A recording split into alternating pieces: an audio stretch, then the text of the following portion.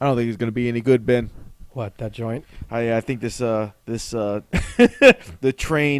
floor train joint that you picked up is a bit of a dud. Yeah, I don't I don't know. I was feeling Oh, anything off. Oh, yeah. there we go. I kind of got it Yeah, there. you got something? Let me- Small bumps. So Ben can explain, but what we're doing right now is we are smoking a joint that he found on a train, and Ben has a better story about it and the joint itself. I'm a cover. All right. Yeah, I think we have to figure out how to smoke and podcast at the same time, but First world podcast problems. yeah. I don't even know if I where I told you about it. All I know, all I know is you found it on a train. That's all I know. Oh, I don't remember if I said it on here on an earlier recording or not, but I was riding a train up in the morning.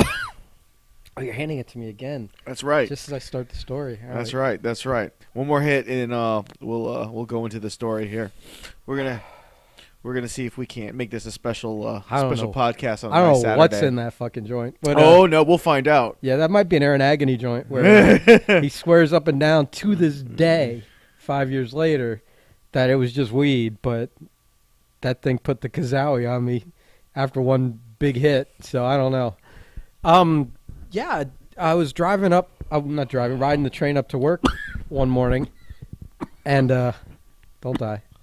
I'm Don't good. die. I'm good. You're supposed to be the I don't expert. smoke joints, man. All I'm a overprivileged white male. I smoke a pen like everybody else. The vaping is just such a fucking turnoff at this point. Oh man, it's so convenient. But I listen. Years and years and years ago, someone had like one of those big vape machines, or I don't know what they called it at the time. If it wasn't really a hookah, but they had this like an electronic device, and it was smokeless. I was at a okay. Here's where that was. This was, it must be over 10 years ago. We have a friend, Jim, who goes by Bulldog, who has Goes by Bulldog. Well, he's got a business that's Bulldog. 10-4 signs and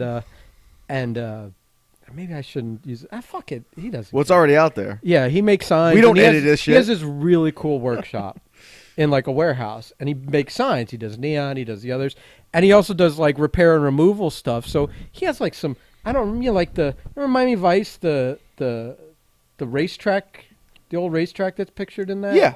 He has that sign. Oh. In his, I guess they were scrapping it or whatever, and he's like, I'll take it. That's a cool. So he's got some cool things. But his warehouse, we call his place the warehouse because it's a warehouse space. Back in the day, apparently there were legendary parties there because the bottom floor, the front section, there's like a work section where he works on his stuff, but he's also got like a dance floor in there, and he had like. And this is like 10 years ago, and he had like the big commercial drink fridges, like at a 7-Eleven or whatever. And they like one was just full of energy drinks, and one was full of sodas, and one was full of beers. And then upstairs he had a slushy machine that had a spout on the wall that made like alcoholic slushies. And he lived upstairs. It was like a 1-bedroom and like a 2-bathroom deal, or one. And it was just like all these little sectioned areas. Like there was a bar / kitchen upstairs that looked residential, but it was in a warehouse, a lofted warehouse. And there was he had like lighting in there for like a dance floor with like a disco ball and laser lights. And it honestly sounds like the perfect home. It's amazing. And there's like Jackie knew him through one of the boys. Yeah. I'm not going to throw any more names out there. 10-4. But let's say he works at NXT and trains the young boys now. So he or girls, I don't know which one. But about legendary parties in there, sex, drugs, and rock and roll and all that stuff. So it was on the tail end of him having these things there because I think he kind of tapered off. And Jackie's like, yeah, come, we're gonna go. It's like going to be a combo birthday there. It was like some other girl's birthday that we didn't know. Yeah. And Mike Sanders. Oh, wow. above average Mike Sanders. I guess he and his wife were in town, for his birthday weekend, like in Miami, staying at a nice hotel. Yeah. Like maybe the Biltmore or one of those types. And so I'm like, yeah, cool. And so I brought one of my friends who I can't also mention because if the story got out, he'd be in trouble with his job, which involves enforcing the opposite of good times. But opposite of good times. Yeah. So we go to this this party and it's just like, it's every beer you can imagine is in the fridge, and if you want a Coke, it's there. If you want a Red Bull, it's there. If you want a mystery slushy with lots of tequila or vodka or whatever the fuck they put in it, it's there. There were someone had some really shitty Coke, really shitty. And they must not have bought it in Miami. I don't even know what really shitty Coke means. It's hard to explain, but okay. All right. I think I've only ever had really shitty Coke.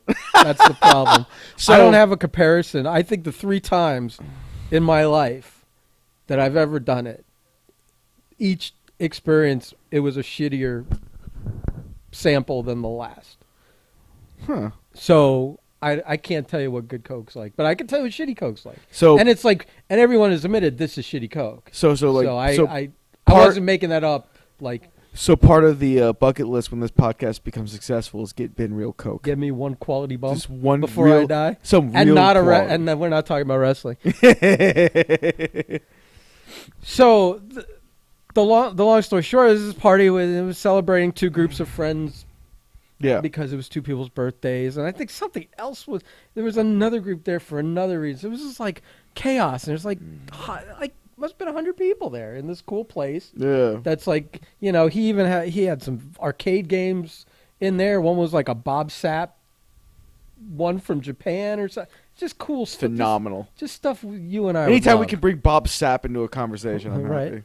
So the not the moral of the story, but the reason I was telling us was that way back in that day, 10 or more years ago, maybe 15 years at this point, I don't even remember. I'll have to look it up later. But someone had this. They weren't even saying like vape. It was like, oh, it's this smokeless way to do weed and blah blah blah. And they had a little machine, and you took a blast off of it, and whatever. So that was.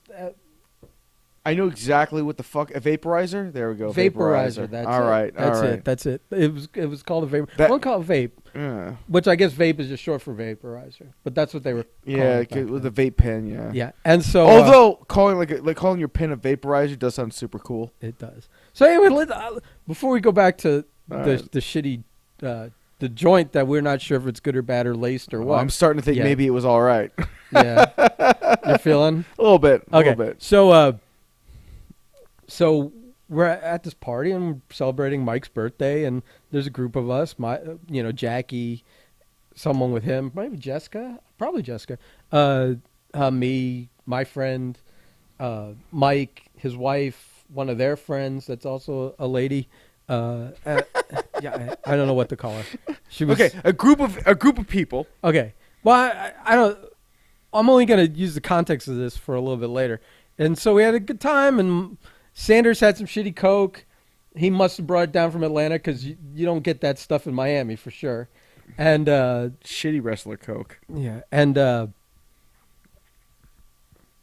so where was this? What were we going with this? The vaporizer. So we're. But so the epic story from that night that I keep getting reminded about is that at the end of the night I'm like, we're going, and Sanders and his wife and their friend need a lift to the hotel, and me and my friend, and we only have this Mini that I had, so we were cramming like 5 people into like this Mini Cooper. Yeah, Mini Cooper. Oh my god, driving a Mini Cooper is an amazing thought. I was leasing a Mini Cooper at the time, and it was like not the bigger one with the back. It was literally basically a 2-seater with like one person could comfortably kind of wedged sideways in the back. That's cute. So we crammed everyone in there, and like I was way too blasted, but I was driving anyways. and my friend was in the So you side, all get buried in the little Mini Cooper. in the sides, the seat next to me, and Sanders and his crew were in the back, and it was just this. I think, or maybe someone was sitting on someone's lap. I don't know, but we it was like a clown car, and we were driving to their hotel, and they weren't sure where the hotel was, and it was just like this, like kind of like car ride from hell. Like but we were all enjoying ourselves, like this Benny Hill car ride. It's and so it's phenomenal. So I keep getting over the years. Mandy always keeps bringing Mike's wife, or now ex-wife, always brings it up still. And when I think even a friend like had friended her, and he had mentioned that he knew me, and she was like, "Oh, ask him about the car ride in the Mini Cooper." Like, oh, God. So that brings us full circle about this mystery train joint. Vape. So then the train joint was that as motorcycles revving outside, that I'm sitting on a train riding to work, and I'm sitting across. They have the. I think I've told this before, but who cares? They have the seating on some of the trains where you have two seats next to each other, and then you're facing two more seats next to each other. This is awesome. It's like a soundtrack to the story. I like this. Someone's car is going off. This is. What we need to do is soundproof the Breakfast Club Performance Center. We probably especially do. But I have mics. The podcast studio here. I have mic cords long enough for me to walk into a separate room and actually close the window. Well, we roll like that. Yeah, I don't care. I don't care how this sounds. It's chaos. We haven't even been able to tell a coherent story, and this joint hasn't even kicked in yet. I know, it's amazing. I can't wait for an hour. We're in now. trouble. So I'm sitting across. We usually sit if there's four seats and there's two facing two like that. Yeah. You usually sit kind of catty corner. You don't sit exactly across from someone. Just staring at him for an hour and a half. Unless there's no other seats, right? Or you're a psychopath. So you're so each of us is sitting across from each other, but we're facing an empty chair. Yeah. That's how you usually do it. So he's sitting in the just diagonally from me. Mm-hmm. And when his stop comes up, he gathers all his stuff and gets up and walks off the train. The train starts rolling again, so he's not coming back. And I look on the floor, and he had dropped a joint on the floor. So I quickly, like with my ninja swoop skills, almost as fast as a cookie grab from an audience, but not nearly almost as fast, but not quite as fast. I grabbed it and I put it in my bag, and then I mentioned to you or to the group that I had it, and we haven't got a chance around to it. Just keep talking shit about doing it, but it's been like a good month or more since it's like a wine. We've let it cultivate. I don't think this. That is not how it works at all. No, I don't think this joint benefits from. This ain't like aging beef here.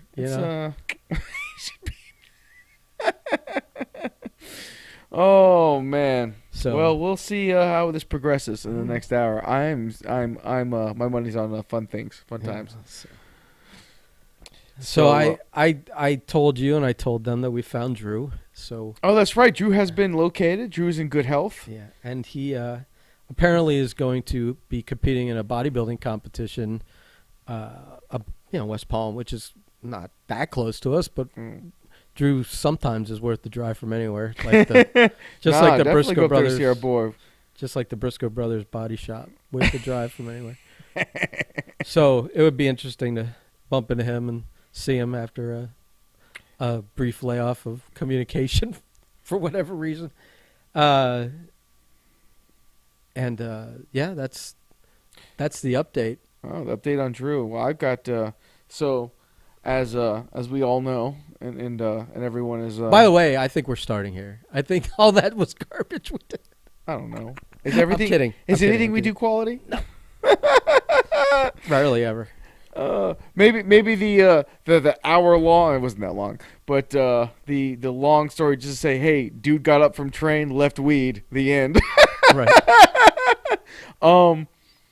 So with the whole coronavirus, COVID-19, whatever you want to call it, it's been weird because you start to see like weird shit like fly off the shelves at places like you wouldn't expect. Like okay, so here, I mean, I think everyone just preps for everything like it's a hurricane. Like it's a fucking hurricane, but like weird things so like that's fine. Like there's no more Twinkies because people have been stockpiling Twinkies. Well, Who the fuck started that? People are planning their quarantine appropriately. Jesus Christ! But the weird thing is, like, so I have another week left at the call center, and then your boy Prime is a free man with only one job, so I could be a regular. I could be a real boy. But with the whole coronavirus thing going around, and at the call center, bro, if you cough more than 4 times, everyone looks at you awkwardly for like the rest of the night. It's fucking weird. The guy next to me just got sick. He's just sick. He's just sick. There's nothing, whatever. He's just sick. And seeing people walk past his desk, like people that would normally walk around our side to get someplace, will go another aisle away for the same task. Let me reiterate for the 100,000th time that your job is staffed by retards and idiots. I mean that you have. I'm sure you have a dozen stories of just how this generation, and it makes us so old to say it, but there really is a difference between people that learned how to work hard and those that have come up in this generation. I have so I finally got popped for I got pulled in and I got yelled at. A violation? What do they call them there? I triggered somebody. I offended a fellow coworker. Do you know who it was? They wouldn't tell me. Did you ask? I did. I'm sure even that it would be funny. It would be like if you asked and you see them write something down right after you ask, like so violation 2, or keep an eye on this guy because he may attack somebody thinking they ratted on him. I was having a conversation with a coworker. It was like late. It was later at this shift. All the work was done, and we're just kind of bullshitting. And she had brought up the idea. I mean, she had brought up the fact that she had done softball all through like high school. And I was like, it's crazy. You got 2 kids too. She's like, what? I'm like, most people play softball and end up lesbian. So it's great seeing, Oh, so it literally was inappropriate. It could be construed as such. And I mean, she wasn't the one. No.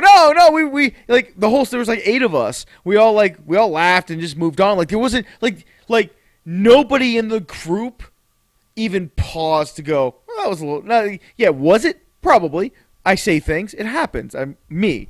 So like weeks, like this is like 3 weeks ago. This conversation happened. So I got pulled in the other day, and I thought it was because it probably took them 2 weeks to work their nerve up to do it because they're so tender and delicate. Since I'm leaving, I was like, oh, this must be my exit interview. I have 2 exit interviews, one with my team and one with the HR department. But they were scheduled for next week when I'm actually leaving. So I'm like, this is weird. And they're both sitting down there, my supervisor, my direct lead, and just, real like, oh man, we don't want to have this conversation, but we have to have this conversation looks. And I'm like, what did I do, guys? That's why I asked, what did I do? And they're like, I don't know. What did you do? And I'm like, I honestly don't know, but I surprise myself daily. So let's see what happened. I work at a call center with a bunch of Gen Zers, most of which whose only job is human interaction, don't know how to interact with humans, albeit on the phone or in person. So you can, pull all those, draw up your own conclusions how those interactions go. I do my best to, work that office environment, not say things. I really, really do try. So I'm thinking in my mind, I'm like, what did I do? And then they go, well, did you have a conversation the other day with your cubicle mate about softball? And I thought about it for a second, and I'm like, what are you talking about? They're like, did you say that people play softball or lesbians? And I went, oh no. Oh shit, I said that. And I'm like, I offended somebody, and I'm so sorry. Whoever I offended, I'm really, really sorry. And then my supervisor, who is super good at her job, and I respect, but she's got blue hair. You know what that means? No. That they're a librarian?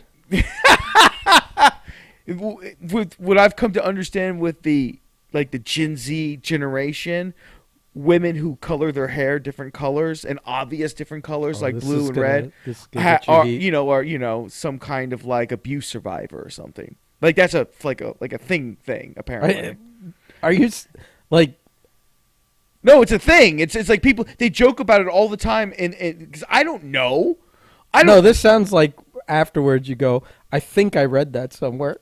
Oh yeah, if we want to fact check this, we better just put our phones down. Let's not try to fact check Prime right now, because after the train joint and my own lack of facts in my daily speak, this is speaking out of turn is probably happening right now. But anyway, so she's really really stern. It's like, we take this really seriously. It's unacceptable. And I was just like, I'm sorry. I said an off-color thing. I truly am sorry if I offended anybody, because I work very hard not to, which is true. And I don't know where else can this conversation go. I offended somebody. You're letting me know. I'll watch my language in the future. I apologize for it. Let's get back to work. And then my lead, who he obviously didn't want to be having this conversation. I don't think he was the one who had it. I think she's the one who wanted to have the conversation, because she definitely seems like that kind of person who wants to go above and beyond office protocol, because she's hungry for movement upward the ladder. She's very good at her job. And in the time of my short time being there, she's already moved a few rungs up the ladder. So I understand why she's having this. He doesn't want to be doing this. So he starts trying to one more time, reiterate the explanation of why that kind of speech is inappropriate in the office. And I'm just like, all right, we get this. You both know, I understand what you're talking about. We've had this. We didn't even need to pull me aside. We walked across the building into another room to have this conversation. Right. You could have pulled me 10 feet off the floor away from everybody. Look, don't say the word lesbian anymore. And we're good. So they made a big show. They make a big show about everything they do there for some reason. I don't understand when you could just pull someone aside for 10 seconds, say what you need to say, and move on. And it's just we'd been there Well, that's also part of the insanity of. Yeah. So we've been sitting there for 4 minutes in this room already, and all right, we've started it. I understand. We've concluded it. It was uncomfortable. I tried to make one joke about it. That didn't go so well, so I just apologized to Ken. Because I tried to find humor in everything, and that was not working. And that because she was super fucking serious. And then, he was trying to explain, but he kind of hey, he was,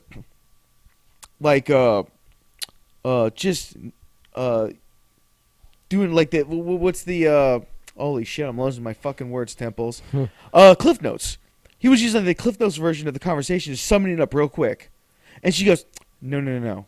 We need to reiterate this in its full one more time. Oh, so she did it again. And at this point, I'm thinking in the back of my mind, my only thought is, if I had to deal with this because I triggered somebody, at least let me have done it correctly. Right. At least I knew I did it. I meant to do it.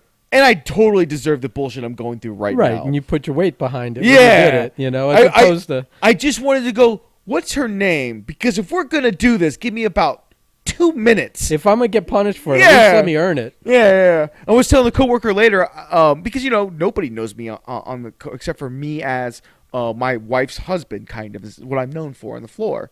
Some of them know I used to do wrestling, but only because she told them. Because she doesn't respect boundaries.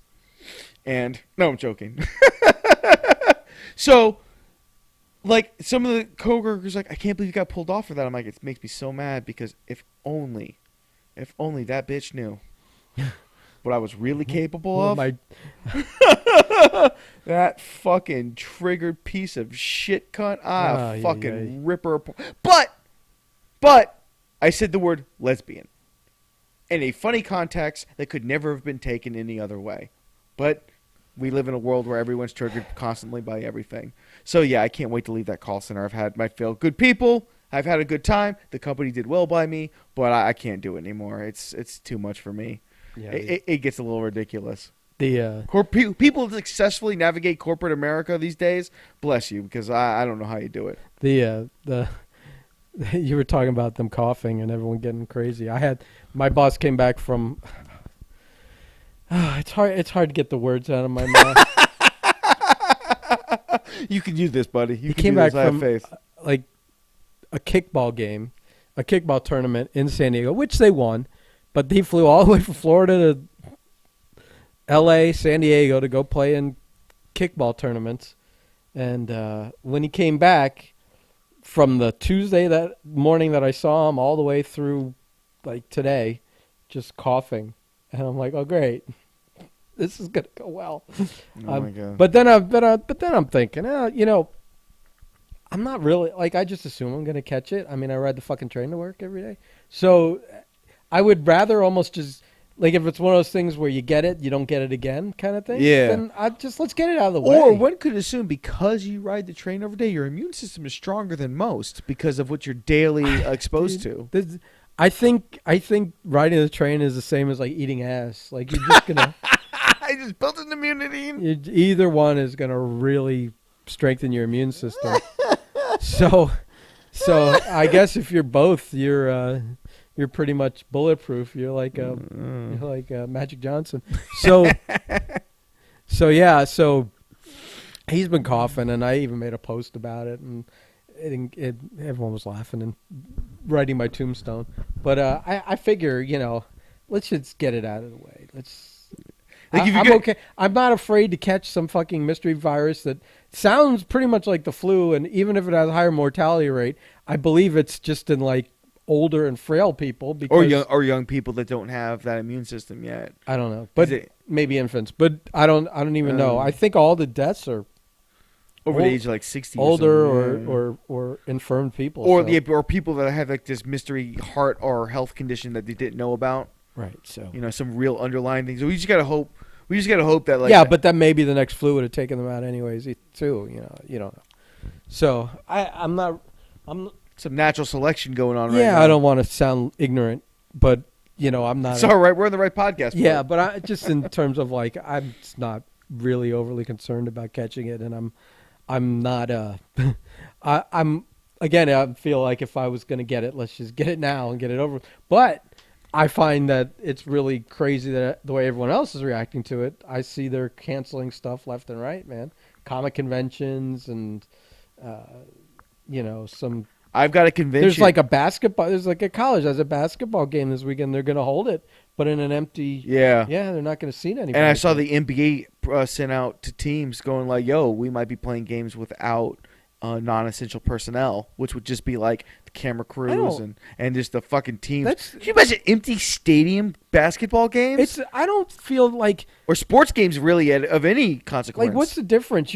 It's not like okay, here you go to a place that has 20,000 people in it, or 15,000, or 10,000, whatever the size of a basketball arena is. You're going to only bump into X number of people and be exposed to X number of things. It's not like you're licking every handrail in the damn place and using sitting on every single toilet. I thought that's what you're supposed to do. It's like so it's no different for that 3 hours you're there and the number of people as opposed to anywhere else you'd go in that day. And which is silly. Like I understand more the conventions and stuff because you're there a long time. And con flu is already a thing. And you're huddled. Yeah. Everyone's huddled in these spaces at times. Hygiene is terrible at conventions. And hygiene is terrible there. So I understand that. Well, it depends on the convention. I'm not just talking the comic stuff. I'm just going to go right down the border. But I mean, you could, there's medical conventions and boat shows and things like that. But those are the ones, I'd be more worried about that than going to a sporting event. Especially also in a sporting event where it's like an open air stadium, I'd even be less concerned because of, like, I see, at least it looks like for now, WWE's released a statement saying they're still going with WrestleMania. And I'm like, yeah, why wouldn't you? It's like, it's ridiculous. I think the only thing, like policy-wise for them, I think the only thing is maybe tell their performers to maybe cut back on the selfies and the handshakes and the rats they fuck. Well, that's no, but all the other interaction of fans and stuff. Maybe cut that back, and maybe it will affect their access events that they have, which they probably make a fucking shit ton of money at. So I don't know, the photo ops and the signature lines and the Olympics also looks like it's going to be very interesting Considering it's supposed to be in Tokyo, right? Yeah, they've talked about. I don't know what the recent talk is, but I guess that's on a daily basis God, of can you consideration. imagine the Olympics being postponed? Not postponed. It would have to be canceled. And we'll postpone until probably like next year. No, they said it would be canceled. Could you imagine being an athlete? You've worked 4 fucking years. Well, it's like the same thing as if your country also decides to not participate in Olympics. You know, It's gotta be so shitty. I think we've pulled out of things at times. America doesn't pull out of anything. Come on now. I think we skipped an Olympics somewhere along the way. I don't remember when, but I think we did. I thought Germany was excluded one year or something. I don't know. That's a different thing. Excluded and choosing not to participate. But I don't fucking know. The Germans and the Russians, I think, have been banned from either I know the Russians are whole banned Olympics now. or just summer I think Olympics. Russia got like a 2-year ban from the whole For bullshit. steroids Yeah, and for shit. steroids, some shit like that. A couple-year ban or whatever it was. Yeah. You know, so Putin might put up his own Olympics and declare Russia better than everybody and all that nonsense. That's fun. Yeah. So he comes back with the cough, and I'm just like, great, I'm gonna catch it. But then, like a day later, he shows me this picture because our podcasts aren't anything if they aren't even worth listening to unless there's a shit story in them somewhere. Here we go. So he shows me this picture, and it's did you listen to the one I did with Anthony yet? I haven't had a chance. Oh man. Okay, well, so it kind of harkens back to that. But he shows me his picture, and at first I'm looking at like a beer keg, but then I realized that it's been fashioned into a urinal. Oh my god. And it's in a men's bathroom. And then I look closer, and there's just this fucking, like, it looks like someone took a ladle of chili. Oh god. And put it on the ice that was sitting in the urinal. Oh. It's like someone ladled chili or like that magic shell shit you used to put on ice cream or something.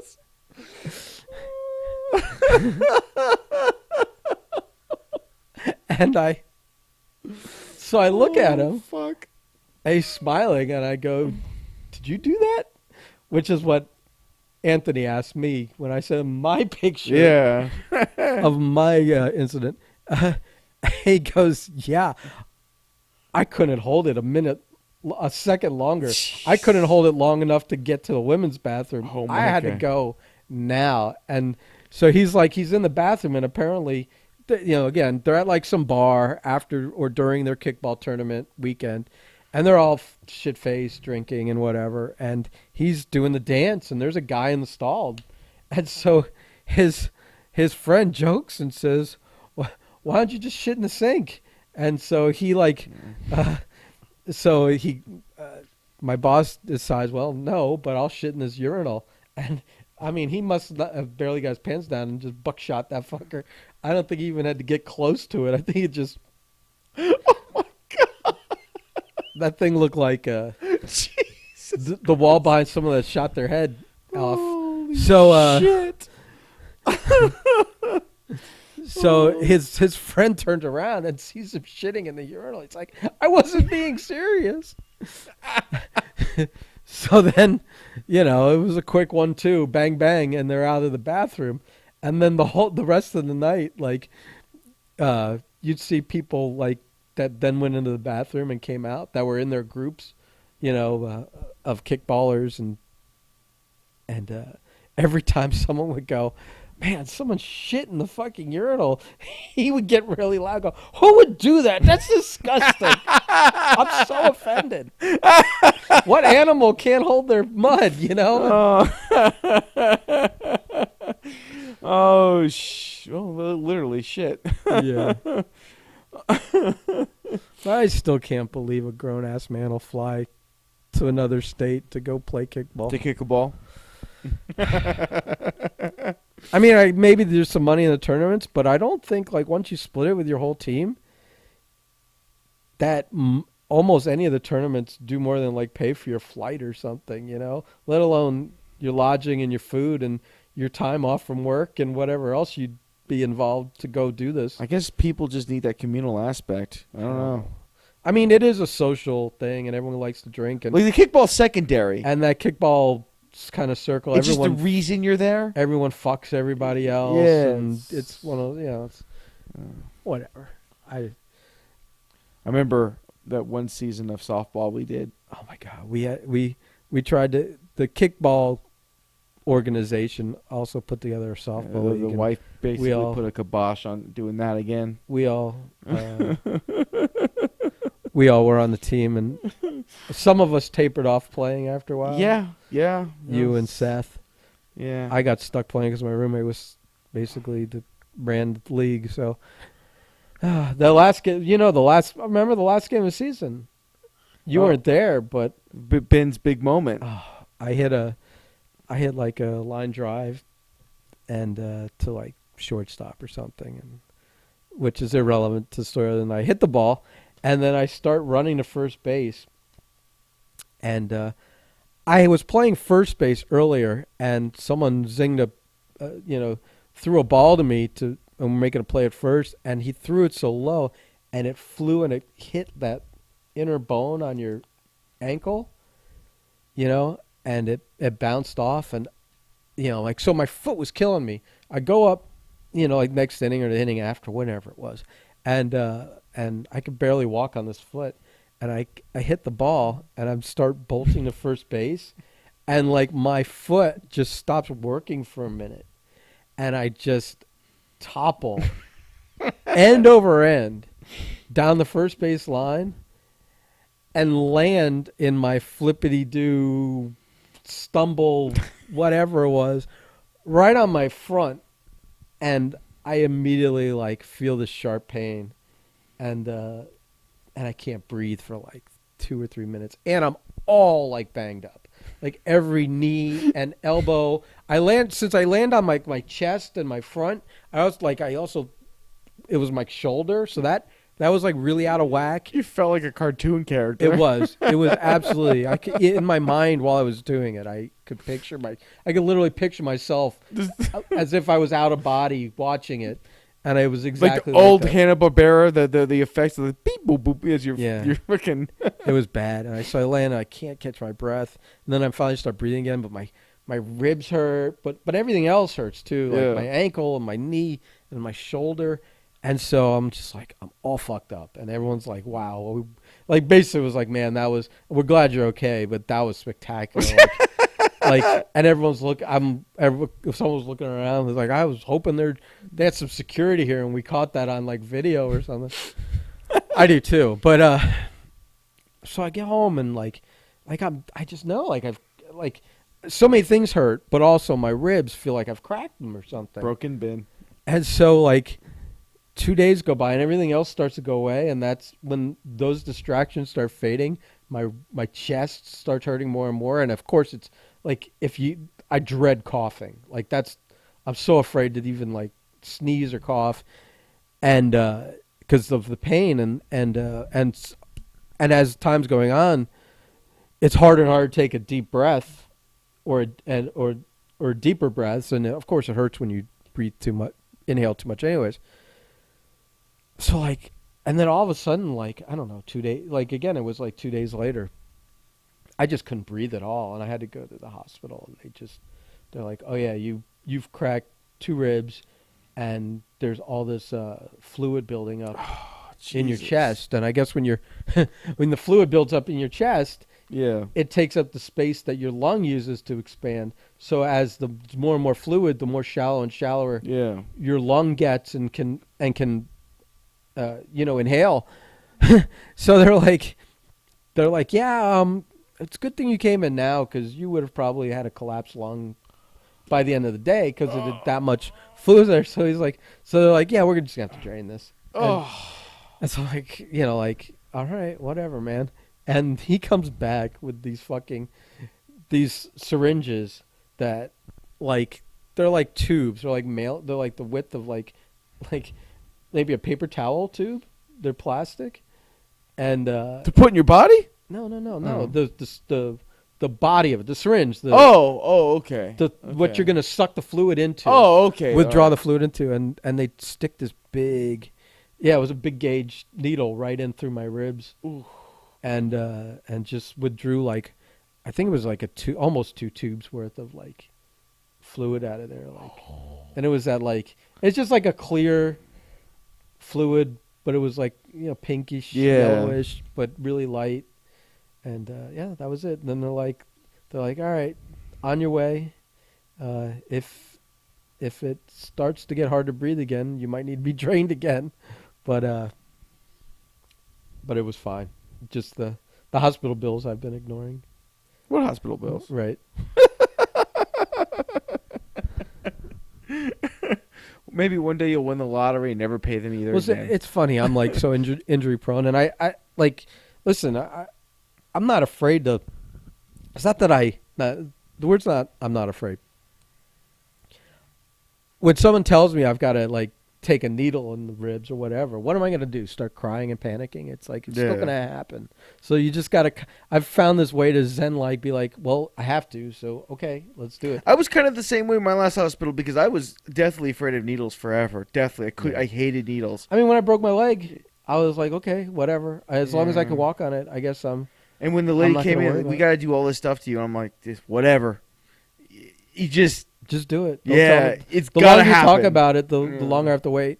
I shot like today, not today, this week. Those nail guns. Yeah. Not the ones with like the thick gauge nails that have the little heads on them, but like the pin nailers. The pin nailers. Yeah. Like just to describe to anyone listening that it shoots a nail, but it's really fine. It's like it looks like thin. pencil thread. Pencil lead. It's even thinner than that. Well, like the number one pencil lead. Yeah, for like the mechanical pencils. It's super thin, and it doesn't have a head on it. It's just I don't even know if the one end might be just kind of really just to tack something on a wall. A little bit of a. It's to tack two things together if you're gluing them or just right. But it doesn't leave a. But it's supposed to go in and not leave like a bump of a head of a nail or something. So it goes in. So anyways, I had like I think they were 3/4 inch long or 1 inch long, something like that. And I'm just not even paying attention. And this stupid thing even has a trigger guard on it. You can't just pull the trigger. Yeah. You literally have to, with your other finger, like it's say your index finger is your trigger finger. So your middle finger has to be right underneath, pulls this thing down. And so you have to pull that down with your middle finger, and then you could shoot it with your index finger. Yeah. So for some reason, I had just had the guard held down, and I'm lining it up, and I accidentally shoot it before it's on the wood, and I immediately feel a pain in my index finger on my other hand. Oh. And I look, and that nail is about a third of the way into my finger. Oh, Jesus. And so I'm like, it just is this immense pain. It hurt. It hurt more than when I cut my finger open with a razor blade. And so I'm immediately just like, oh, shit. I look at it. And my first thought was I should take a picture of this. But I'm like, no. And immediately was canceled by the amount of pain from it, which, again, for such a tiny thing. But maybe because of the direction it was hitting like in the muscle and maybe some fucking. It wasn't into a bone because it wasn't that hard to get out. But it was wedged in there quite a distance. That I was looking at, and again, because there's no head on it, you can't grab it with your fingers and pull it out. Your fingers just slide off of it.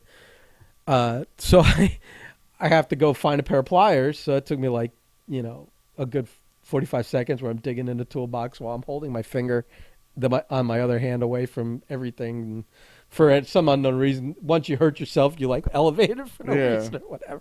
So I finally get a pair of pliers and I grab the end of it and pull it out. And that hurt the most, probably not because of it being pulled out, but because once you grab with the pliers, no matter how careful you are, you're probably immediately putting an angle on it and putting pressure on it. So, yeah, but I just pulled it out and I was like, I just went, got a Band-Aid, put it on, and went back to shooting nails into this thing I was building.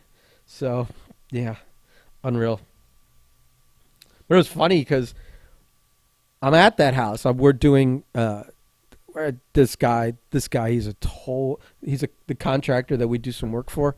He's like a total moron, and it's one of those guys that does things out of order, so things have to be redone and refixed, and just it makes the job go twice as long because you're unfucking other people's stuff. Yeah. And they're fucking your stuff, so then you have to unfuck your work, and it's crazy. So, but we were in there just doing some basic, like shooting some door frames. Yeah. You know, not the frames, but the border, whatever you call that. Trim. Trim. Door There you trim. go, trim. So we were shooting some trim in, and there were like 3 doors in the whole house. They all had like those decorative windows on the doors, Oh, okay, yeah. but they're not inset and routed. They're like framed, Mm-hmm. and they're built outward, and they're nailed on. Yeah. There were 3 doors that were just plain, so he was paying us to like put those little frames on those doors, and we were putting trim on others and whatever else. But like watching these guys work and run their job sites, it's like watching monkeys fuck a football. It's just like nothing getting accomplished, and it's just really entertaining for the wrong reasons. But while we're there, he had some clients come to, like, I guess, look at this job. Yeah. And it was this like guy in like his 50s and this like his sugar mama. He was like, this guy looked just like a guy that you would think doesn't have a job and lives off an older woman at that age, you know, at 50. And she must have been like 75 or 80, like significantly older than him, skeletal thin. And like, I knew she was older than she was, even though she had like perfectly brown, dark hair, because anyone that's old that has dyed hair, you can spot it immediately because there's no consistent, like there's no like variation to it. It's always like the whole head's one color. Yeah. Like, you know, no matter how old you are, there's a little more variation in your hair, no matter how young or old you are, or if you got maybe fool us with a few gray streaks to try it. But so whatever. But just watching this like lady, and he's like, you know, he's like on the payroll hard because he's like carrying her purse for her and like trying to be part of the conversation, but you can obviously tell like she's getting annoyed that he's even has an opinion on anything and whatever. That's so typical too, man. And like, man, how many times we've come across that? He's parading these people around on the house and what we're doing in there, and she's asking like a million questions, and they're like really where I need to be working. But I've kind of gotten out of their way, and now I'm like sitting there staring at them for like 20 minutes, getting more and more annoyed because I'm like, well, A, you're tying me up, and B, I don't want to hear any of this. And you two are awful, and it's annoying me. And then I'm like thinking, because I have all this time, I'm thinking like, man, I should get a sugar mama situation. But then I realize I'm nearing 50, like at 48. That I'm not interested in going down on a 48-year-old lady. No offense to anyone, but you're old. No offense, you're old. And it's not that's appealing. A shirt right there. Yeah. No offense, you old. Yeah.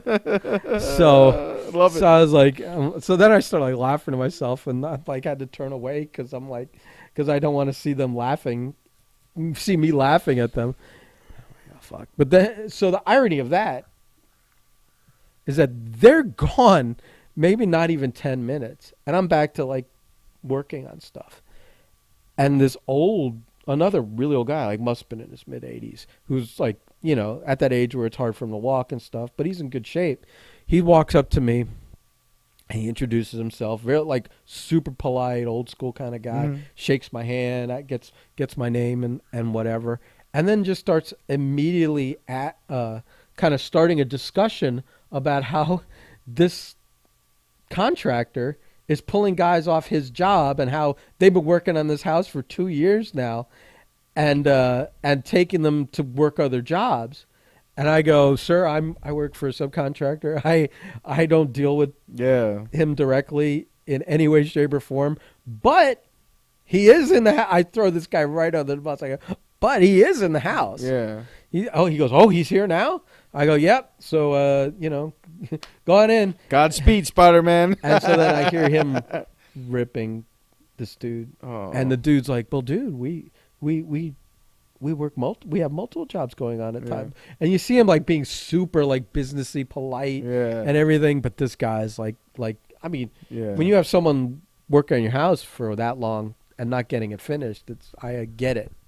I get it. So I just threw that guy right under the bus and fuck him, because I don't like the guy. And I mean, I guess if he's paying us to work, whatever. But I had that happen one time. I was working on a house in Fort Lauderdale, and we were doing a major renovation. Hold on. My point of that was that it was funny that the timing of it. If that guy had come 10 minutes earlier, he would have caught him parading new clients in his house, in his job, that they're taking 2 years to finish. He would have probably buried the dude and queered the whole thing. That would have been awesome. That was the whole thing. The whole thing coming off of that I was disappointed that didn't happen. Yeah, no shit, no. Because I could picture it would have been beautiful. Been a great story. Yeah. It's funny because obviously we've both worked for shitty contractors. Like you've done construction work now long enough where you're seeing it, and obviously I've done it for a long time, so I know it too. I've done it. Yeah. So that's funny. I remember a job in Fort Lauderdale. We were putting a whole new addition on a house, and the customer went I'm gonna hit this for you. He was super cool with me the entire time, but he kept getting more and more angry at my bosses because to him it's like it's just taking so long. And the problem was because we were doing Fort Lauderdale, it was a major addition. We were putting a second floor on shit, like it was major. But the biggest problem was the city. Holy shit, man! They got to like every little thing. Absolutely, Ben. A little bit of the smoky smoke. Yeah. The city is always a problem. I've been on jobs where they get shut down all the time because someone didn't get something approved or didn't, but mostly for extracurricular work where it's like you didn't get a permit for that and we're shutting you down until you handle all that bullshit. I just remember because I did the electrical service and the whole thing, and he was getting mad at my boss, but it wasn't us. FP&L just wouldn't come out to change their service lines before we could do the whole service change. Because when you do a brand new electrical service change to your house, if you have a certain type of service coming into your house, FP&L has to come and change it now for codes and shit. And it's a bit whenever you do work like that on your home and it involves the city or some company like an FP and electric company or something, it just. Man, it always goes by so fucking slow. How many times have you worked on a job, big or small, where probably smaller jobs where you're like working in their backyard or having to do it inside when you should be doing it outside because you don't want like the code inspector who's driving around to catch you working and asking like, where's your permits? What are you doing? Yada yada. I used to be very big in that. I don't give a fuck anymore. Like when I had the contract with the assisted living facility I had my little company, I was doing that. I mean, it was more like ask forgiveness, not permission, because especially when it pertained to anything that. No, but I mean, like I've had like clients that are like, "Hey, can you just not work out front?" So that. Oh yeah, yeah, it happens all the time. Yeah. Yeah, just better part of discretion. But yeah, no, definitely. I'm just discreet about everything I did. Like I didn't put like a sign out, but I also wasn't like panicky about it because. It's not your. It's up to if the client doesn't want to get the permits and stuff. Yeah. Then who cares? It's not. I don't know why you would be panicky about it, other than like just it would delay your work. Yeah, It's just, I don't give a fuck. Yeah, I mean, what's his name? The fucko we worked for a while, Joe. That piece of trash. Oh, I never wanted to bury the guy. Why? Oh. Well, he didn't. Maybe you guys split amicably, but no, I don't know. We never had a conversation past that one day. So like, I don't know how I don't know how he felt. I don't give a fuck. It just doesn't bother me. But it was just more of just like I was just looking around, going like, all right, it's time to go. I just get those time to go, and I leave. Okay. And yeah, no, I remember the one job. He fucked you way more than he did me. Yeah.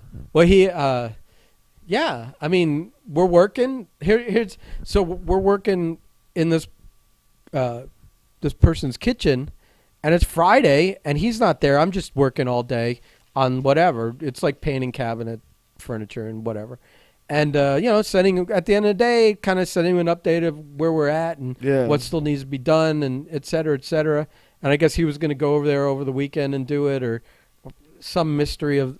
At this point, I couldn't tell you exactly how it was supposed to go, but so and everything was cool, and he's like, "All right, great, man, and I'll see you Monday, et cetera, and all the conversations we'd had before that, it had always been like, he's like, yeah, no, I'd say like, I don't know if I'm doing a good job or not, you haven't really said anything. Like, he goes, no, I got no complaints, everything's good, you're doing a good job, et cetera, for the whole year and a half or whatever I'd been working with him. And so, like literally everything. And if he never was like, oh, you really fucked up, or I'm not happy with this, or whatever, et cetera. So whatever. I think everything's good. And he's like saying everything's good, even up to that Friday. And he's like, and I'll see you Monday.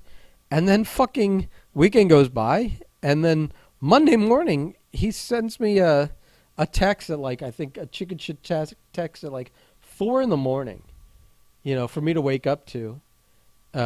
That's like, it was just like diatribe-y little thing, and if I had it on this phone, I'd pull it up and read it verbatim, and maybe I will on another podcast. But it was like, I'm just, it was basically just was, I don't want to do this anymore. I don't, and it was one of those like, as if he was arguing with someone about it. It was like, I don't need anybody. It's like, as I've never needed anybody. It's like almost like. It's hard to explain, but it was like basically not saying there was an issue, just like, listen, I'm going to just finish this job on my own, and the other job we took the doors for, I'm going to return, and I'm like going to stop doing this, and I don't know if he quit doing all the jobs. Yeah. If he stopped that business completely, I don't know. But he implied like he was out all of a sudden randomly, and I'm like, what the fuck is this? And it was chicken shit. And I reply, I'm like, okay. And then later I'm like, hey man, I still need to get a few things. And he said, I'll pay you for this job when I get paid in a week or so, because that's always how it works. Yeah. I was getting a percentage of the jobs. So I was like, okay, and whatever. And so I'm like, I reply back. And I'm like, listen, I'd like to get paid by Friday. I need to get my headphones from the shop. Yeah. And like a charging cord and some other stuff I had there. And I really like, I know in his message it was like, and I don't want to talk about this and whatever. This is my final whatever. It's so random out of the blue, and not like I have a problem with you kind of thing. And it was just like a sudden urge to just stop. But angry, kind of like in the letter. It was not angry, but had an edge to it of like defensiveness or whatever. And I'm like, what? I don't get any of this. So I was like, I want to get my stuff and whatever. And he was like, it was like in the original message, I don't want to see you. I don't want to talk about it, whatever. And I'm like, well, you're going to talk to me until I get paid and I get my shit. And he like replies back with a text, but like, before Monday, if I message him, he messaged me back. Now it's like a 6-hour delay and whatever else. And I think he was like afraid for me to come to the shop, or he didn't want to like look me in the eye and be a man and at least have fired me that way, let alone not want to explain himself, but or explain what I did wrong. It was just it was so random and strange. And there's a couple of scenarios I'm thinking of where like so eventually Friday he sent me my money, and like Wednesday he like put my few things in a bag and hung it on a post right in the back of the shop, the post that you put a bar in to keep people from backing into your garage door on those warehouse there. The warehouse ballard. Yeah. So he just leaves it there with a picture and says, "Here's your stuff. You can come pick it up." And I assumed he wasn't there. I didn't even bother going around front, but it was like he made this decision, wrote this random Dear John letter about it, and was like, and I don't want to talk about it, and I don't want to meet, and I don't want, it's like, what a pussy, what a chicken shit, what a just a pussy way of handling it. That's the only word I can think of. And it's so funny because I don't know what happened. I never really looked into it after that. I know that like he stopped posting on his website and whatever. Yeah. But he was never really active on it to begin with. And I blocked him on social media, so I wasn't going to unblock him to look up if he'd ever posted. My friend said he never posted, and one of the clients that was a mutual friend of mine and Adam's was asking if I'd heard from Joe because she still had unresolved issues. That's right. I worked at her house. Yeah. And he hadn't never finished the job, and she's looking for him, and and I'm like, no, I haven't, but if you do, I'd love to hear the story, and like he just disappeared. I don't know. He disappeared from the social circles of who and so I don't know if he like got in trouble or I could see a couple of things. Maybe there was a client who wasn't happy and they sued him and he decided to fold up everything and just disappear and go do something else. I know also, and fuck him if it, this is a security risk or whatever, but he had been like in talks to work at the White House to do the furniture restoration. That's right, that big job he kept talking about. And it was like just negotiations about them putting us up and them getting a space. So there was no way we were going to go through the vetting and security of getting in and out of the White House every day and with our equipment and our tools and our supplies and stuff. That was ridiculous. It was like, no, that's not going to happen. You have to rent a space and you have to bring everything on site to us, and then we can work faster. We could bang this out like 12-hour days, 14-hour days. Screw it, because it's on our time schedule, not the White House's. And so he'd been going back and forth with them and on sticking points and whatever. And so whatever. I don't know. Like that job would have been hundreds of that. Like my cut would have been like $100 or $200,000 or something apparently. So we were all talking about going. Yeah. And so maybe he got that and said, I'll just do it by myself. F everybody. I don't blame him. Yeah. If it's a one big payday and you don't have to worry for a while. And that he said, "Oh, you got to go," and they needed him up there immediately, so he canceled the jobs, and that could have been it. But he got sued, or he legit got frustrated and said, "Fuck it, maybe something went wrong at the job. I left before Monday started." No idea, but what a chicken shit, what a fucking pussy. It's funny, like just thinking about it. Like so random, like you're just working and literally everything's fine. I'm happy with your work. I have no complaints. Never had a complaint. Yeah. No, it was, and I don't even like. I'll be honest with you. This much time removed, like I don't even remember half the shit that went into everything. I just remember always being frustrated with the lack of preparation and planning. Yeah. Yeah. I mean, that's what I'm dealing with in my job now. I mean, listen, anything when it comes to general a home renovation construction, anything can be done, but you have to have the correct. There's steps you take, and I would always get frustrated with him. It was just like you're just not taking those correct steps. Like they're easy, they're not difficult in any aspect. So, and money and the other thing. So whatever it was, but. That's construction. Every now and then you work with somebody, you think you're totally cool. The next day it's a 180, and you're like, "What the fuck?" Yeah. So you got some good ones. I don't know if you ever want to tell any of them. Shit, man, I've got a few good ones. I mean, your last one with your boss was insane, but that's that stays with family for the time being because I am close to that family. So that was unfortunate. That was unfortunate that I had to waste a year of my fucking time. But I learned a lot of lessons during that time. I got a good one. So, for the people who don't know, I am a little emotional from time to time. I tend to wear my emotions on my sleeve. And I've gotten better with it in age. Mostly your rage. Yeah. I think that's the one emotion that you are quick to trigger on. This is a moment where things may have gone a little too far. So I was in Texarkana working on a power plant.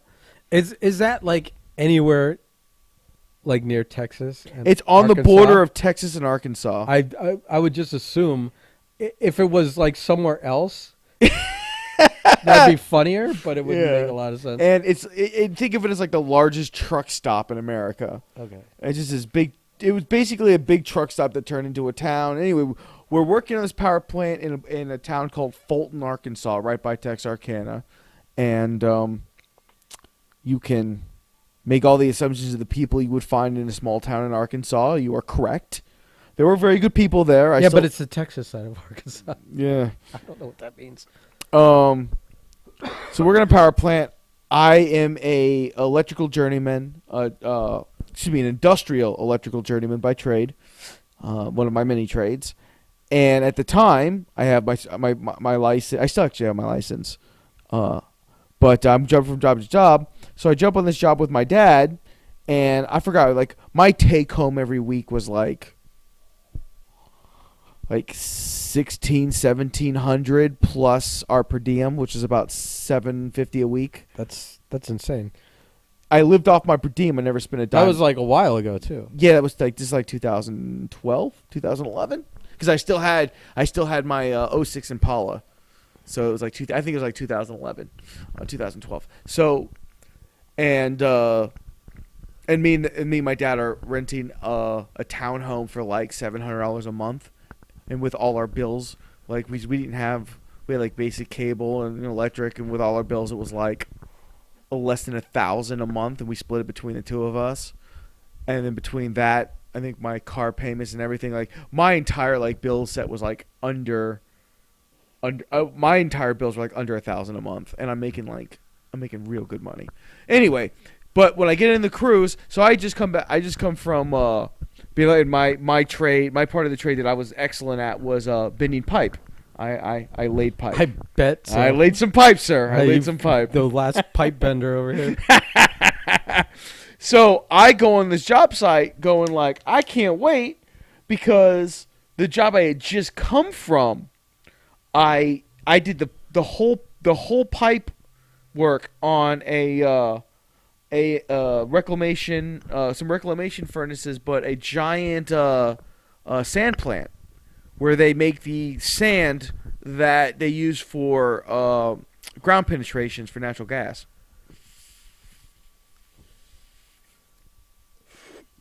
Taking a hit here. Maybe two. I want to get back to how you bend that pipe. Do you use your left hand? Is it going the right cheek and work around your teeth?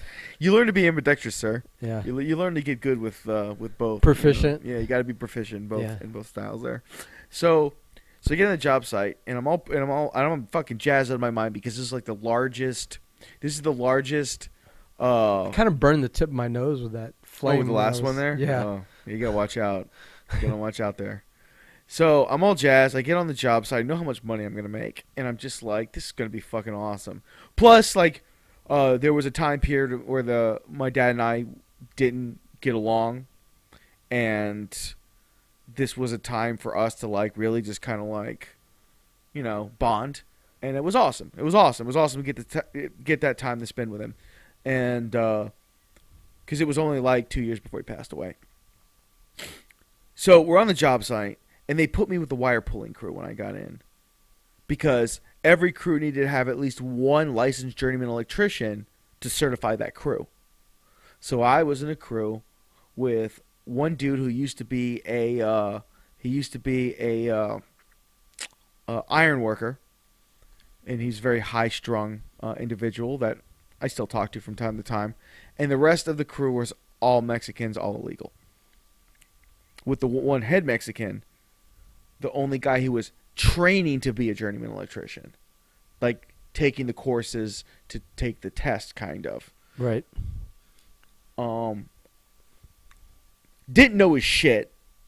Couldn't tell his ass from his elbow. Oh, he's still training. But our foreman was a Mexican-American who had like this fucking like to this guy. Oh my god! So when I came on, I can already see where this is going. So when I came on the shift, this is going to be like a Nazi rally by the end of this thing. Yeah, when I came on the shift, my first day, this guy's trying to order us all around. And my thing when I get on any new job is like, you get a month. I keep my mouth shut. I'm smiling. We're all good. You gotta get the lay of the land. Yeah, I gotta see what the politics are. I stay quiet. You gotta see the pecking order, and I just observe. So I don't. I make a, especially in jobs where you're getting paid that kind of money. It's like all hands on deck. We're fully in tune with this, and we're gonna make this work. So this is my first fucking day on the job. It's like 30 degrees outside and it's rainy. So it's miserable. We're in the building, and he's like, we're running a line to a generator. We're just rolling. This pipe has already been put up, and we're just running the wires through it. That was our job, just to fucking pull cable. That's all we did. And I went up to a pull point, pulled my end of the pull point. They couldn't pull the rest, and this goes into later part. So I got frustrated because they couldn't pull it, and I'm just like, and remember my first day in the job, so I'm like, we need to get these pulls done because we need to work. I much later found out that no, what you do on those job sites is you take as long as you can. You try to make every pull last as fucking long as possible because nobody cares. This job was 5 years over plan, and so you're extending your everybody's extending their stay. All the head foremen were locals because part of the contract was locals had to be in higher. So you had a dude whose entire existence was fucking sheep, and all of a sudden he's head of electrical on the job site. Yeah, and I'm speaking passionately about the man because we pull him into this story much later. So I get down off the stage I'm on, off the platform I'm on, and I go over to where they pull it. I shoo them out of the way, and I pull the rest through. And you know the only other white guy on the squad's like he's very high strung and straight from the Marine Corps, so he's barely a human being. Right. I mean, he's like fuck yeah, show them how it's done in America kind of thing, and I'm just like, you need to calm the fuck down, buddy. Listen, they're tiny little people, and they're just not very strong. Okay. Right. They're working very hard for their family. I respect them. You know. Whatever their status is, we're all equal out here. We're all working together. I never put myself above anybody out when I'm working. So, but I do as you know, I do get frustrated sometimes. And I'm like, just let me do it, because that's just how I am.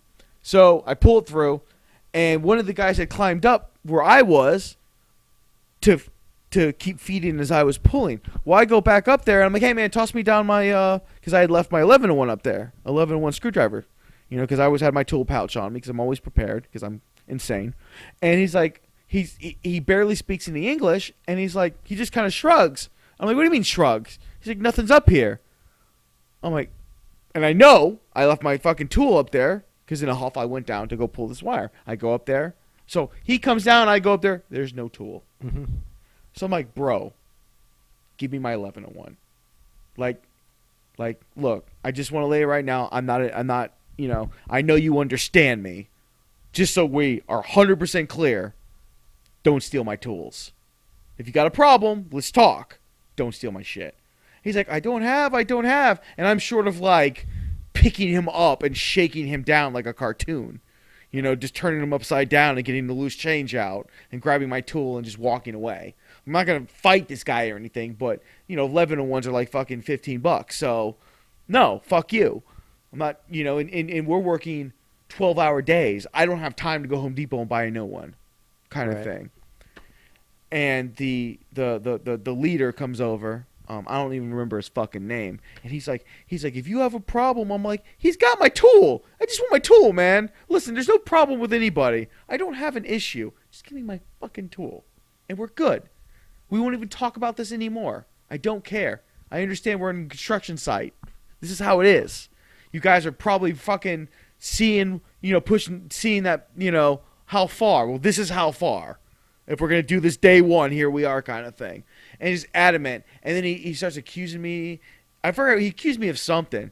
And I was like, you need to shut your mouth. Because I'm the only journeyman on this crew. He's like, I'm a journeyman. I'm like, yeah, sure you are, buddy. And I pointed out the 3 different ways we could have run that fucking line that would have made it super simple. And not wasted fucking an hour of everyone's time. He's like, oh, you can't talk to me like that. And I'm like, are you a journeyman electrician? No. Shut your fucking mouth kind of thing. Like, blah, blah, blah. And he started getting Irish, so then I started getting hot. And then I may have threatened to throw him off we were on the second floor of a 5-story complex. I'm like, I'll throw you off this goddamn fucking thing, you little fucking. And I said things. So our foreman had to come up and pull me aside after he found out what went down. Gave me back my 11-1. Where was it? What do you think? Okay. And he's like, look, I'm sorry. I'm like, look, motherfucker, I know you need me on the crew. That's the only reason I'm here. I should be bending pipe, but I'm getting paid a lot of money to do a little bit of nothing. He's like, how about we come to a compromise? And the compromise, this is how I had the greatest job in America for a very short period of time. The compromise was, they were working fine without me. Uh-huh. I came on the crew to certify the crew. So he goes, look, I don't care what you do. You tell me where you'll be, and you go fuck off to that spot. Let the crew do their thing. If we need you for any reason, I'll come get you. Which you know. So I found like I guess that they never came and got you. For No. Well, eventually everything rolled out and everything went fine. The other guy eventually realized that he didn't know what the fuck he was doing, and it was starting to show.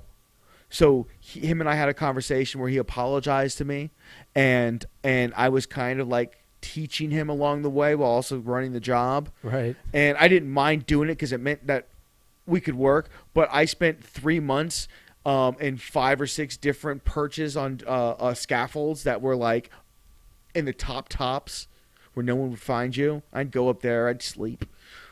I would just go up there and sleep. And if they needed me, every one of the scaffolds had a cable that you attach to your harness because you needed to be fully harnessed or all through OSHA. So if they needed me, they would just ring the chain. I'd hear the chain ring. I'd look down and they'd ring go, hey, it or we need just your like help. rattle it. Yeah, they'd rattle it. Okay. I didn't know if there was like we said ring. It made me think there was a bell at the end. No, you rattle the chain because you know it's I got all the clevises, so it all makes all this noise when you do that. So I'd come down, I'd walk to wherever they were, it'd take 20 seconds, whatever it was, pull the wire that they needed pulled for them, go back to my perch, go up and go back to sleep. And I did that for almost 3 straight months. That's hilarious. And I got paid almost $2,000 a week to do that. It was the greatest job I'd ever had in my life. I mean, I'd killed my battery on my cell phone, and eventually I had to be like, "Nah, we're just gonna take naps, man. We're just gonna." It was cool because it was in the building. It was like 50, 40, well, back 50. then, what was on it? The cell phone was like just what were you doing texting and talking. Yeah, you didn't even have the internet or nothing. Yeah. So it would just be like texting whoever, and but you were my Carhartts, and Carhartts are a brand that's very insulated. So I was like in a bed. It was so comfy in a building, very, very AC. The natural building was about 40, 50 degrees. Oh, it was so good. I did that for 3 straight months. It was the greatest thing. But anyway, so the high supervisory foreman, the general foreman of that job, was a local. His name was Chad. Never forget his name. And our first interaction was he found out that I did professional wrestling. Always And trouble. Good old Southern boy. And he's like, and he was like a fanboy about it. Uh-huh. So, you ever met Ric Flair? You ever met Honky Tonk? Right. It's just like, bro, you need to calm the fuck down. These people are not who you think these people are. And just because I'm in the wrestling business doesn't mean I've met them. It's Right. like saying like, I'm a musician. Oh shit. How long have you known James Hetfield? It's like, calm down. we don't all of a sudden become an exclusive group. Explaining that to people is weird. And like months went by, and then finally the job was only because I think everyone only knows wrestling as Yeah. the stuff they see on TV. Yeah. They don't know there's like this whole underbelly of awful. indie local promotions and A bunch of 23-year-old kids who've never been in a real fight in their entire life acting like badasses. Yeah. that kind of stuff. Yeah, no one's better here. No, No, it's cool. When are we gonna have that podcast? The I'm bitter about wrestling podcast. Yeah, I guess I need to drink before that one. I mean, I need to open up for that one. You can open that can of worms every time you want. I don't know. for the one person that's listened to every one of it. I don't know if you want to do it right now or play off another guy when they're here. I don't know. Tell them how we might have to save that one for like what I might have to do is we might have to go to an indie show, like watch it, then like come back and immediately turn on while you're freshly agitated and just let me go ham in on everything. Extra surly. Yeah. Like a Well, when like Anthony a pit bull, gets- you want to shake me. When Anthony gets booked in another 7 months, maybe we'll go, or we can always go to one of Dave's shows. Anthony only gets booked down here when Publix has his WrestleMania. That's true. So I never did ask him if he actually got paid cash or if it was like a deli sub platter. I kind of would like the platter, to be honest with you. Yeah, you Yeah. would think it's because it's either like $30 or I could Yeah. give you a $50 platter. Yeah, like From a fucking Publix. platter sounds amazing. Yeah, or Like- just like as many boneless chicken tenders as The popcorn chicken in Publix is awesome. as will fit in two You know Home what I've- Depot buckets. Do you know what I've become a fan of? The croquetas, the potato balls, the beef patties, and the empanadas. I've been starting Oh, to you get got a those. little flavor in your I life. do. It's like this weird thing where like I'm starting to try new things, like my God. culinary wise. I don't know where. Right it's when coming you're from. right when you're supposed to have a restricted diet too. I know exactly. Oh, we haven't done an update on that. Update on the dick pearls. The Stonewatch 2020 here. Watch 2020. Your kidney Um, stones. So We should have started with this. God damn. Uh, I forgot you were infirmed. well, it's gonna suck because like here's the update. No. I feel perfectly fine. The plumbing seems to be working fine. There's no pressure, no pain. I think I may have passed them and not known it. You could go with that, and then one day it's gonna be You're gonna get a text. I'm dying. it's gonna be tinkle tinkle wow. Which at this point is what I'm assuming. It's like that stupid Jack in a Box, and you're like, oh, the Jack's not gonna come out now. We're good. Right, it went through the song the first Yeah, time. and you're like, oh well, shit. It must have. I must have missed it. It just went back in or whatever. That's defective. No. See, that's what Yeah. you go real slowly and scared the first time around, Yeah. and then once it does it, you play it fast, and that's Yeah. when it gets you. Now you're playing it fast, pal. You're Yeah, gonna. I am playing it, but I'm also. I haven't stopped. Like the last night, I broke the seal on my Monster band. I had to. Oh, I thought like I had sex or to. something like that. No, I had to because I was so tired. I was like, there's no. I like ate Why it. Monster? Just drink a different energy drink. Those are so bad for you. There's like all natural. Like the Bangs taste Can't great and they're all stand the natural. Bangs, Why? man. There's- I tried. They've I got don't 20 like them. flavors. How can you can't stand them all? I'll try again, maybe. Bang might be one of You those. tried the one. I just gave you the one. It was good. It It wasn't- was like apple. Oh, the apple one. I'll see. I'll tell you what. When I need an energy drink again, I will try it, Bang, and we'll have an update on Just it. work A Bang through the flavors. update. I'm not pushing that brand specifically. It's just what I drink. Yeah. But I know Monsters are no good. They're so tasty though. I don't really think so. That red Monster. I don't know. I wouldn't kill a man, but I hurt a man. For one. So yeah, I had one because I was like I was not gonna make it, so I drank that. And then it was. You should just learn to be a coffee drinker. I was thinking. Yeah, I was actually giving that some serious thought the other day, but I'm like, but I've never liked coffee. Never. I like coffee, but I also have learned to drink it. I'll drink it any way possible. Sometimes it's cream and sugar. Sometimes it's black.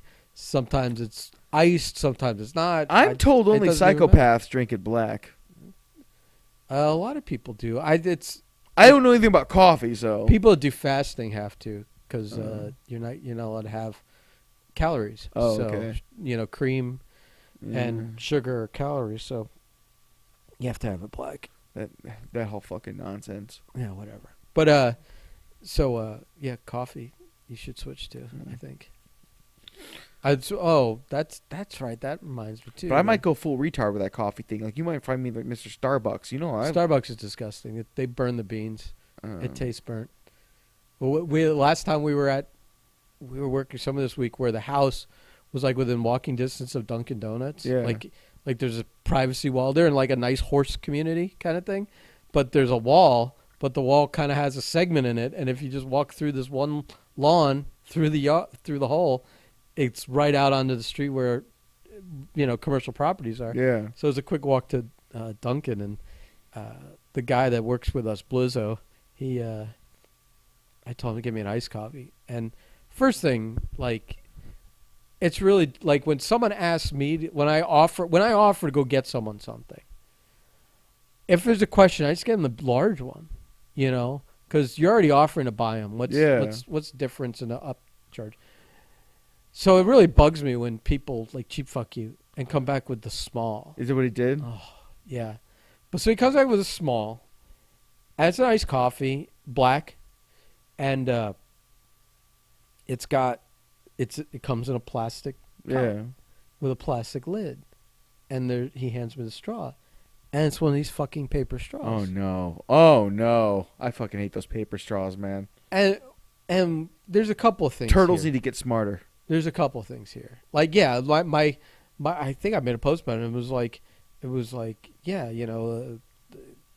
or I made a comment about it. It's like, yeah, we've lost the right to plastic straws because there's one video of a turtle with a straw up its nose. Yeah. Good thing the cup and the lid, which are way bigger waste of plastic, or the spoons, knives, and forks, and everything, or the wrapper that they come in, all that other plastic.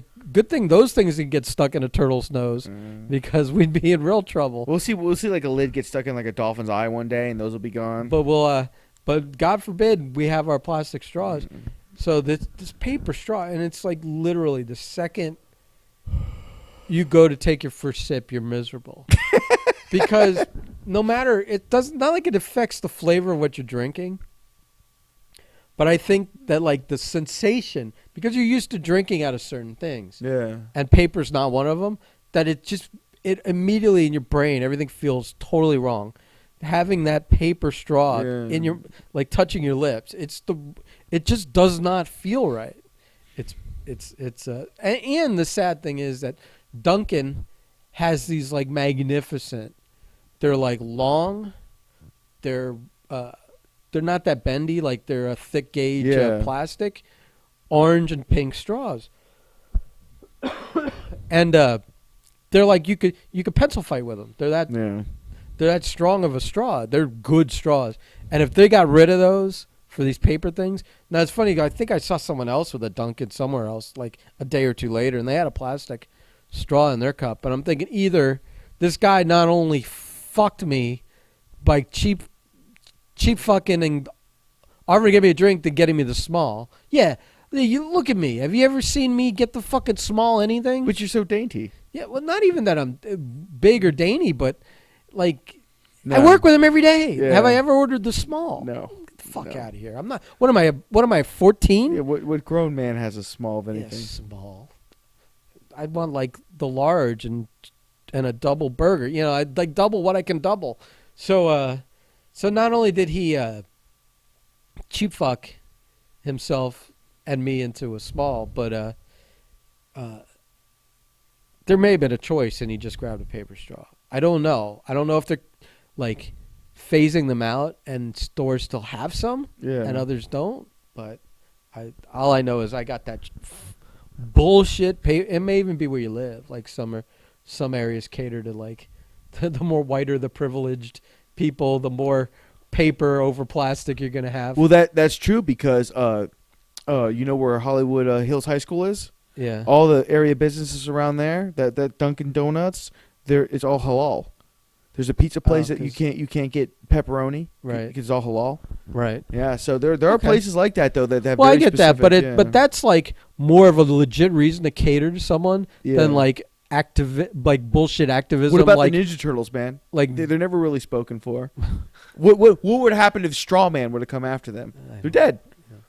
Yeah, right. They're dead. Shredder. I got confused when the way you entered that tangent until you were like Straw Man, and I still didn't get it.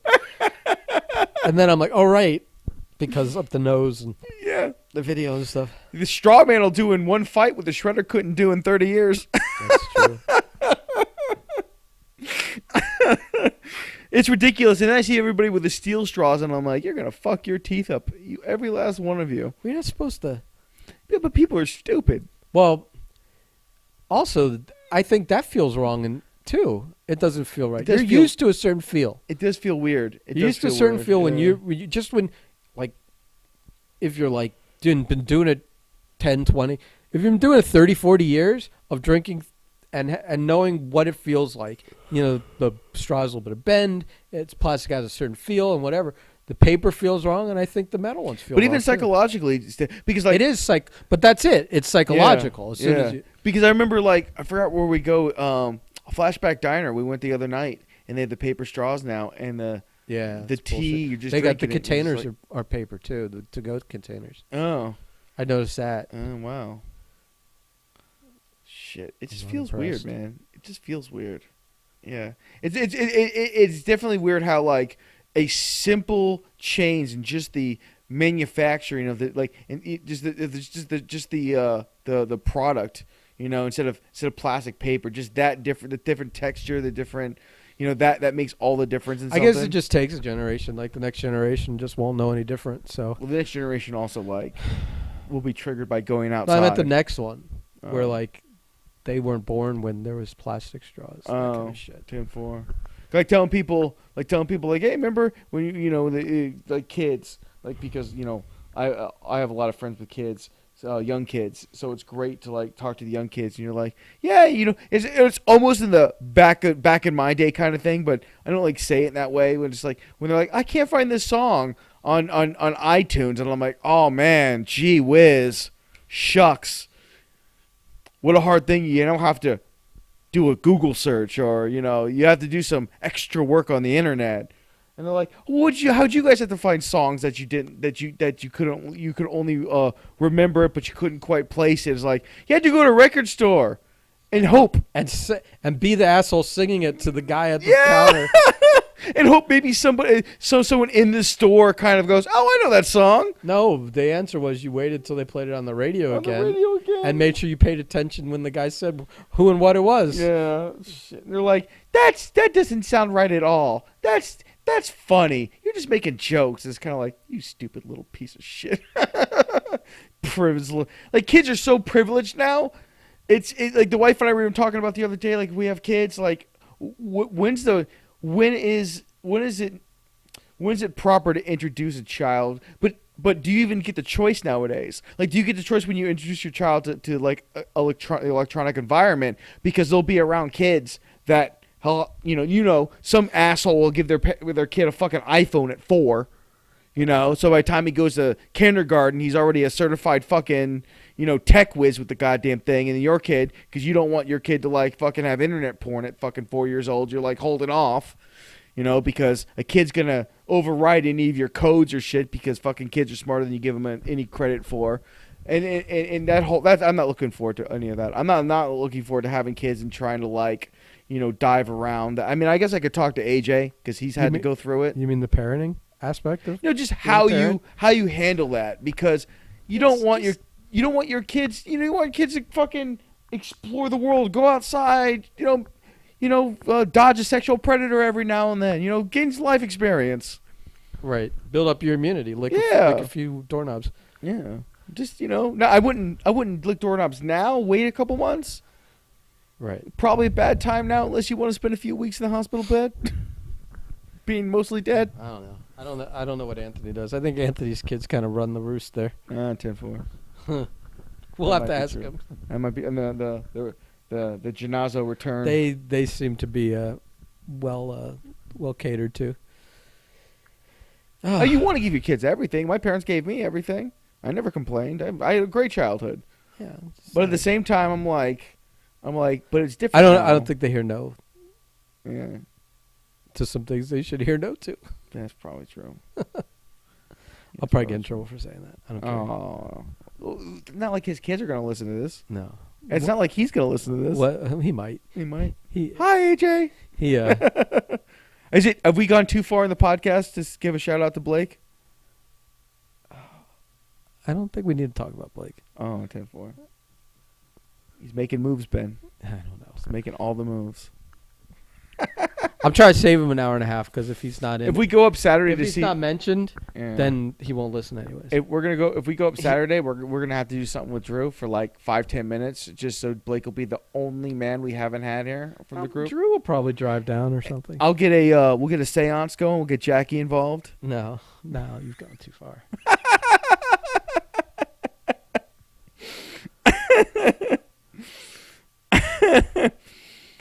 I have one I'm saving up for. Like if Blake were to ever really fave us to do it, like he gave his word he would do it, then no showed. Then I have one last grenade I can throw on the fire, but I'm gonna hold off on that. Okay. I'm gonna hold I off can't on wait for that because you know what'll happen. Blake's a man of his word, but he's making moves right now, Ben. Okay, I don't even know what that means. All the moves. No, I don't think anyone's even knows what we're talking about at this point. I don't think anyone's listening, so it doesn't matter. Yeah. Well, I don't think that joint didn't help me. Everything we're doing right now is building up a back catalog for if we ever do become a thing. People turn back and go, "Whew, look how far they came." No, it's gonna be like look at all the offensive shit that they didn't realize they were saying. Let's. We're just triggering people left and right. Let's go on Twitter and yell at their 10 people about how somebody needs to get be them big canceled. swinging Twitter balls going. Yeah. Big man on campus. I don't even understand Twitter. I may only get Instagram back because of the suggestion you had about it being good for the eventuality of me getting back to working on props and such. Yeah, you're really just on Facebook. Yeah, I'm thinking about. I have given serious thought to just keeping Messenger and just getting rid of Facebook. I don't know, man. You seem to scroll a lot. I do a lot of memeing. Can you handle it? Can you handle that cold turkey? You listen. It's been a time for a change in my life the last couple months here. Trying new foods, exploring. Becoming more of an adult. Facebook might have to go, man. At least for a while. That's fine. As long as you keep Messenger. No, Messenger. Yeah. I still want to be able to. But let's be honest. We know people that were too kind to delete on Facebook. They post things that just, man, baby Jesus doesn't like. Well, a lot of your friends I unfollowed or got unfriended by a long time ago.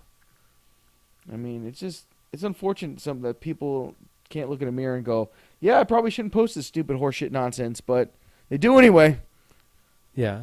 I just post shitty memes that may or may not offend somebody. I posted a rant, not a rant, but like a comment about that plastic straw and how it doesn't feel right. Yeah. Someone came on and was like aggressive, like, "Oh, if that was the worst part of your day, consider yourself blessed." And I'm like, what a shitty fucking thing to say. I'm like, that wasn't even close to the worst thing of my day, But even if it was, like, I'm not complaining about anything. I'm making like a funny little post, engaging a few people. Getting a little back and forth with a few people and like people who get fucking privilege triggered need to jump into fucking traffic. That's so fucking stupid. Like, what the fuck are you talking about? That's so fucking. We had a person call into the call center the other day, and her thing was, she ordered like 30 bags of food. My order comes in, I just want to know if a Chewy is environmentally safe. Or environmentally friendly enough. 12 boxes seems like a lot. It looks like you could bring all these in and you could cut the boxes in half and maybe use less packing. Maybe just try to help with the environment a little bit more. And all I'm thinking in my mind is, I'm sorry, you've clicked Call Chewy on your iPhone, the signal that goes into the sky that collects all these rockets that were built on a multi-company thing. You're losing me. What the fuck? Basically, you're talking about working on the environment just by the simple act of calling me on a cell phone and everything that goes into making that cell phone work and active and all the environment that gets destroyed in this. Shut your fucking mouth and just enjoy the dog food, you dumb cunt. You stupid bitch. Shut the fuck up. Oh my God. Someone's getting angry. It's so stupid. I can't stand that environmental bullshit. And they drive around in a Tesla. Shut the fuck up. Do you know how many waterways got because of the lithium batteries or the fucking environments that have been destroyed in the making and creation of the parts that go into the car that you call environmentally sound, you dumb. Unless you're fucking foot pedaling a fucking rock car around and talking through a string with two fucking cups on the end, fuck you and your environmental sound bullshit, you snobby overprivileged cunt. Sorry, I'm done. Just I think maybe next week we'll let you calm down and tell us how you really feel about it. But it's conversations like that, like I won't miss. Just the dumb, done. I can't imagine I'd really enjoy working a call center Fuck job. no. Like, no, I mean, I'm just saying, like, I don't think you said that's one of the ones I won't miss. I don't think I'd miss any conversations I would have. No, at like the call center. the people in my direct team, like we have good conversations. I'm not talking about that. Oh, but like with customers The on the calls, phone. yeah. Oh yeah. I would feel every single one's It's one I dog could do shit. without. It's all dog shit, man. I mean, every fucking third call you get someone who just calls and like, look, man, I did a fucking thing. Could you guys help me fix it on your side? And we're like, yeah, sure. And we're out in like 2 minutes. Like, I could deal with those all day. It's a normal and everyone's person. happy and A normal person has a normal problem that we exist for.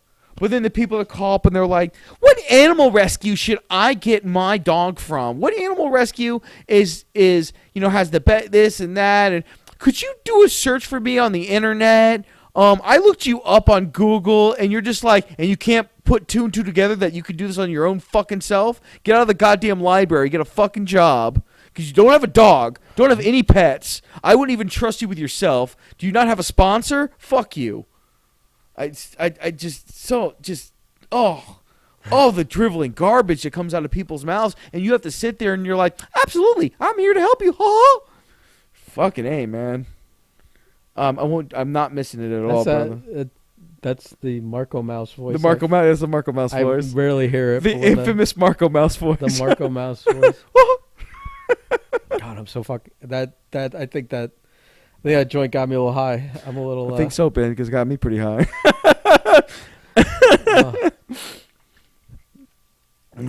It felt good to talk shit about some of these people.